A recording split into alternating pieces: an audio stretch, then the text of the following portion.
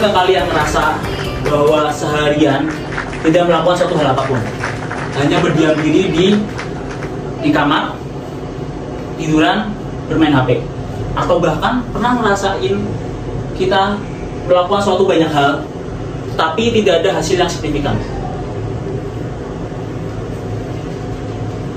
Suatu hal atau kebiasaan kecil yang mungkin menjadi salah satu solusi agar kita dapat berproduktif sepanjang hari, yaitu dengan membangun kebiasaan kecil, yaitu bangun jam 5 pagi.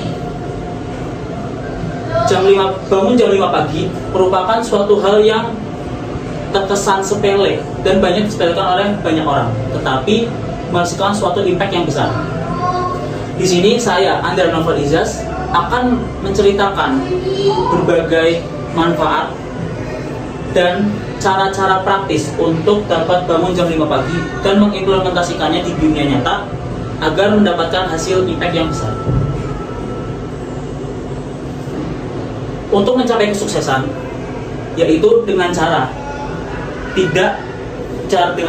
melakukan suatu hal yang tidak banyak orang mau lakukan, yaitu dengan bangun jam 5 pagi.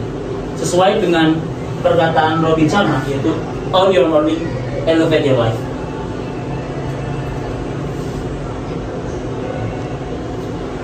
Sebelum saya mengenal apa itu manfaat-manfaat dari bangun jam 5 pagi, seperti banyak orang, saya tidur larut malam,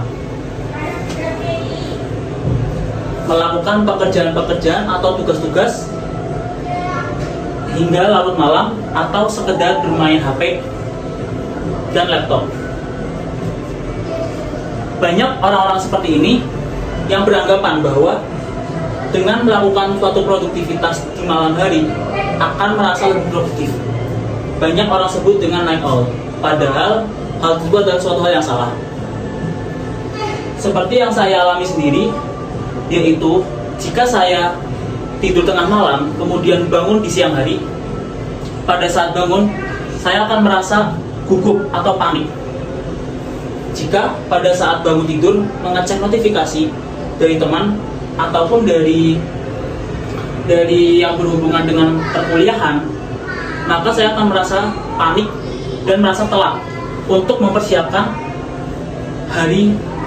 sepanjang hari yang akan dilakukan. Sebenarnya banyak orang yang bingung kenapa kita harus bangun pagi, apa yang dapat kita lakukan. Sebenarnya banyak yang sekali yang dapat kita lakukan jika kita bangun lebih pagi, yaitu kita memiliki waktu yang lebih untuk dapat mempelajari hal-hal baru, merencanakan hari ke depannya, kemudian mengejar apa yang kita lakukan pada sepanjang hari itu.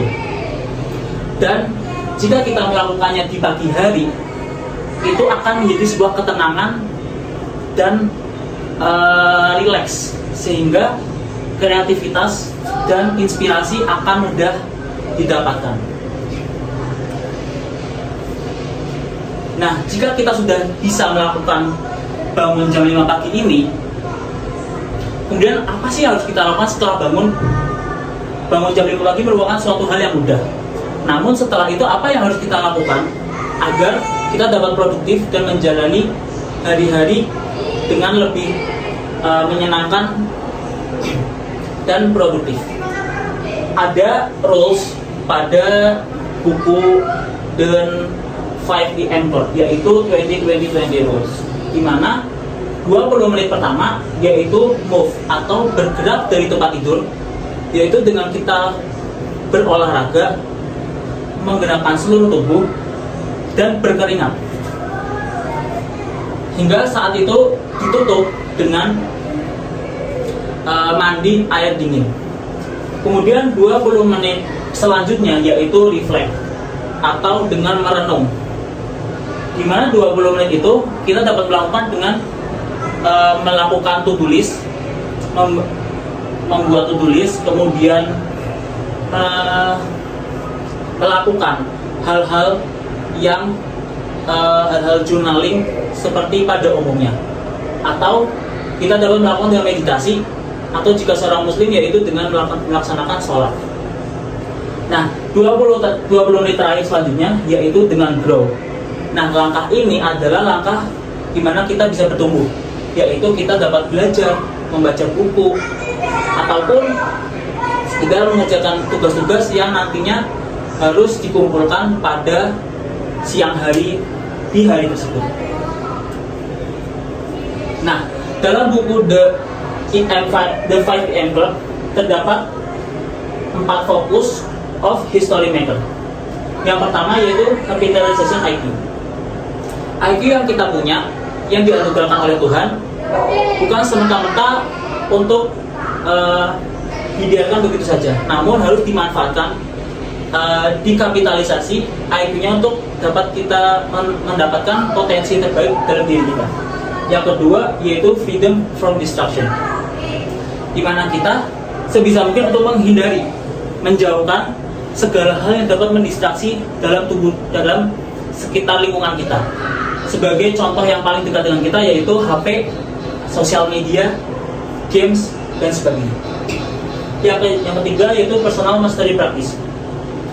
Sebelum kita menentukan suatu hal tersebut, alangkah lebih baiknya untuk menentukan apa suatu hal yang ingin kita masterin atau kita tekunin dalam beberapa hari ke depan. Dan kita harus yakin bahwa suatu hal tersebut dapat kita capai. Yang keempat yaitu day stacking. Ini adalah berkaitan dengan 2020 rules tadi, di mana hal-hal yang kita lakukan dalam 20 menit yang tadi kita jelaskan, yaitu berkesinambungan dengan apa tujuan yang ingin kita raih. Dalam buku The 5 AM Club terdapat beberapa skill praktis yang dapat kita laksanakan atau tips-tips, yaitu antara lain adalah the bubble of focus. Ini merupakan kita menentukan suatu ruangan atau suatu tempat di mana kita fokus untuk melakukan suatu hal yang dapat mengembangkan diri kita. Tidak ada distraksi apapun dan sunyi. Sebagai contohnya, saya menjadikan ruangan kamar tidur saya sebagai the bubble of focus yang ada pada diri saya, di mana tidak ada distraksi apapun yang dapat mengganggu selama saya fokus dalam mencapai suatu tujuan tersebut. Selanjutnya yaitu 1991 rules. Kebanyakan orang mengira bahwa jika kita ingin mencapai suatu hal itu harus dengan suatu hal yang dikorbankan secara besar, suatu hal besar yang harus dikorbankan. Padahal kita hanya perlu menyisihkan sekitar 1,5 jam sehari dalam 90 menit untuk mencapai hanya satu tujuan yang ingin kita raih. Selanjutnya yaitu ada metode 60/10 atau metode 25/5. Ini adalah jika saat kita belajar atau saat kita mengerjakan tugas, metode ini dapat diaplikasikan di mana 60 menit kita fokus mengerjakan tugas atau belajar. Kemudian setelah itu 10 menit kita relax atau beristirahat. Nah, dalam konteks metode ini saya kesulitan untuk dapat fokus selama 60 jam berturut-turut. Maka dari itu saya menerapkan metode Pomodoro, yaitu dengan melakukannya 25 menit saja untuk berfokus dan 5 menitnya untuk istirahat. Kemudian ada The Daily 5. Ini merupakan cara di mana kita pada saat journaling tadi, pada saat kita baru bangun tidur, kita membuat to-do list sekitar minimal 5. Itu kegiatan-kegiatan yang ingin kita lakukan, di mana kelima hal tersebut kita yakin kita bisa melakukannya, kita dapat cross-checknya. Hal tersebut dapat men-trik pada otak kita bahwa kita dapat melakukan suatu hal yang produktif. Selanjutnya yaitu sleep dan non-technology zone. Untuk dapat bangun jam 5 pagi, kita perlu tidur yang cukup sebelum bangun tersebut. Nah, tidur yang cukup yaitu sekitar 6-7 jam.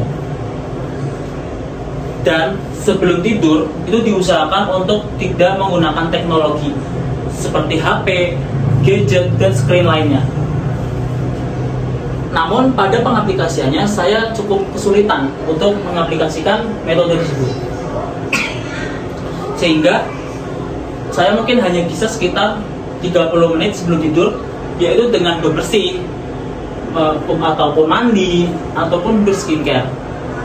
Dan dapat pula melakukan dengan membersihkan tempat tidur, membaca buku, dan kegiatan-kegiatan lainnya yang mengantarkan saya untuk dapat tidur.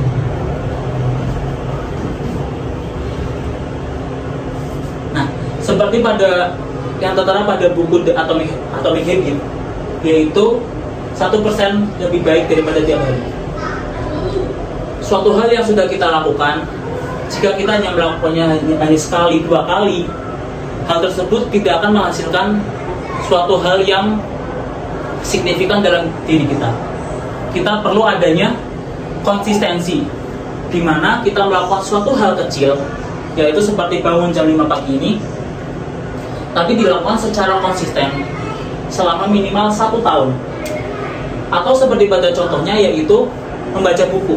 Kita membaca buku hanya sekitar 1 atau 2 halaman setiap harinya, dan diimprovisasi 1 hari ke depan selama berturut-turut. Improvisasi 1% lebih baik tiap harinya, yaitu dengan mungkin menambahkan 1 halaman setiap harinya. Hal tersebut seperti pada kurva, dalam 1 tahun didapatkan bahwa kita 37 kali lebih baik dari awal kita memulai. Mungkin sekian saja yang dapat saya sampaikan. Kurang lebihnya mohon maaf jika ada kesalahan. Terima kasih.